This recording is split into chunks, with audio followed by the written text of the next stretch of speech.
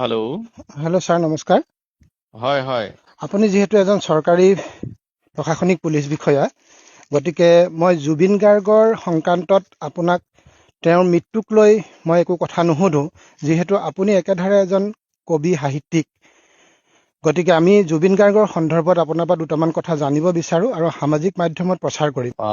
অশেষ ধন্যবাদ। জুবিন বাৰ্গ সম্বন্ধে মোৰ বুকুৰ ভিতৰত থকা কথাবোৰ জনাব পাৰিলে মই নিজেই বহুত সুখী হ'ম। হয় ছাৰ, মই জুবিন গাৰ্গৰ ওপৰত আপোনাক 3টা প্ৰশ্ন সুধিম। প্ৰথম প্ৰশ্নটো হ'ল, ছাৰ, জুবিন গাৰ্গক আপুনি কেনেকৈ অলংকৃত কৰিব বিচাৰে? ধন্যবাদ। জুবিন গাৰ্গ অসমীয়া মহাজাতিৰ অন্যতম সংস্কৃত মাত। শংকৰদেৱ, মাধৱদেৱ, ভূপেন, বিষ্ণুপ্ৰসাদ ৰাভা, জ্যোতিপ্ৰসাদৰ বৰণেৰে বিশ্ব মানৱ চেতনাৰ প্ৰবল ব্ৰহ্মপুত্ৰৰ জলধাৰা আছিল জুবিন।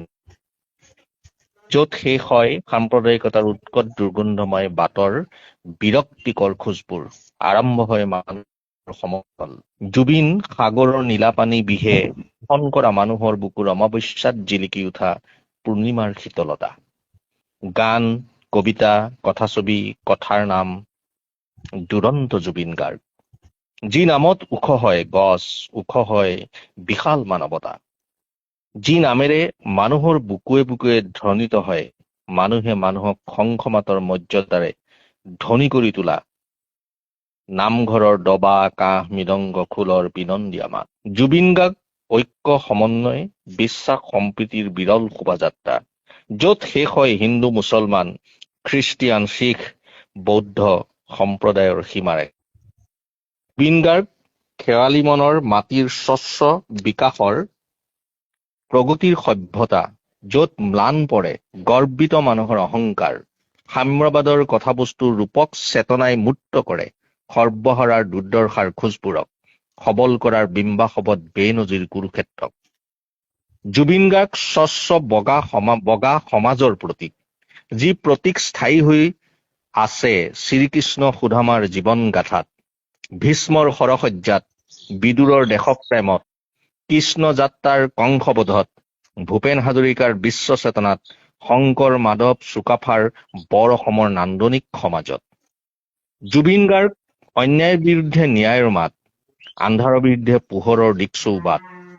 জুবিন গাৰ্গ গানে গানে মানুহৰ হৃদয়বিন্দুক পৃথিৱীৰ মহাসিন্ধু কৰা ভাগৱত গীতা মহাকাব্যৰ মনোৰম আত্মমাত।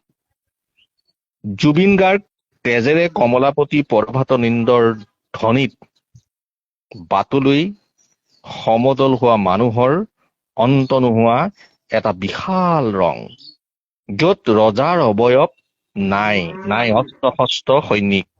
জুবিন মানৱ বন্দনাৰ পৃথিৱীৰ কুশল সংবাদ বুলি মই অনুভৱ কৰোঁ। হয় ছাৰ। হয়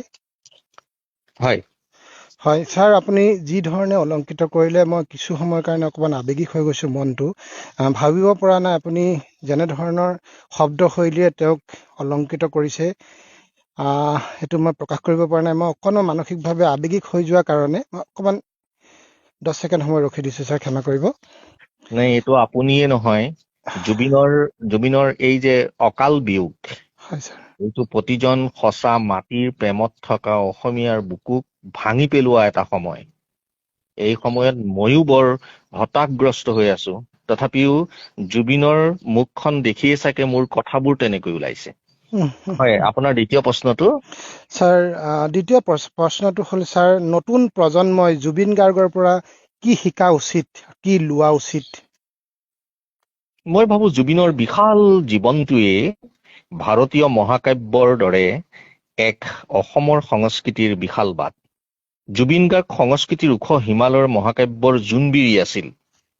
তেওঁৰ প্ৰিয় সম্পদ বাবেই জুবিনৰ বাবে সমাজ বিকাশৰ স্বচ্ছ জীৱন আছিল সাম্যবাদৰ মনোৰম সমাজ নিৰ্মাণ।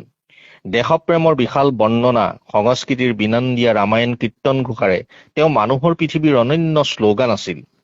নতুন প্ৰজন্মই জুবিন গাৰ্গৰ গীত, মাত, কথা, ছবি, নাটকত নিজক বিচাৰিব পাৰিলেই অসম ভূখণ্ডৰ সংস্কৃতিৰ প্ৰগতি, বিজ্ঞান, সভ্যতাৰ মাটিত ৰপ্ত হৈ থকা সমন্বয়ক আৰু বিকাশৰ বাটটোক নতুন প্ৰজন্মই উপলব্ধি কৰিব পাৰিব, বুজি উঠিব চাণক্যই কোৱা ৰাজনীতিৰ মৰ্মমাতৰ নিভাঁজ শিক্ষাৰ মূল্যমানকো আৰু চাণক্যৰ সেই ৰাজনীতিৰ শিক্ষাৰ মূল্যমানেৰে সৈতে আমাৰ সমাজকো নতুন প্ৰজন্মই বিকশাই তুলিব পাৰিব।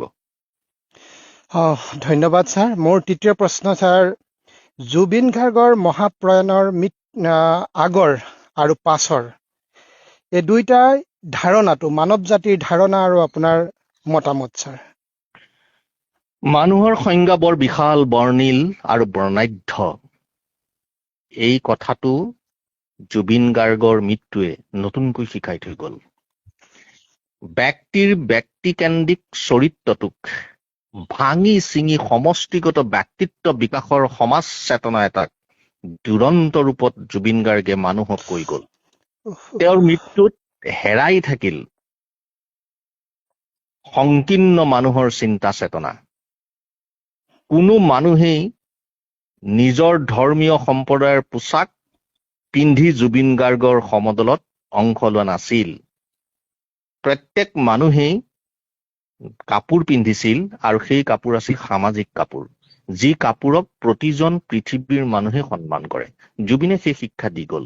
গতিকে জুবিনৰ সেই শিক্ষা অসমীয়া জাতিৰ অতুল্য, অমিতাভ, বিনন্দীয়া, মনোৰম, দৃষ্টিনন্দন, নান্দনিক ৰূপেৰে আমাৰ হৃদয়ৰ অন্তপাশে আমি বিচাৰি ফুৰা বাঞ্ছিত সমাজ চেতনাৰ আত্মাটোক জুবিনে আমাৰ বুকুত পুথিত কৰি থৈ গ'ল।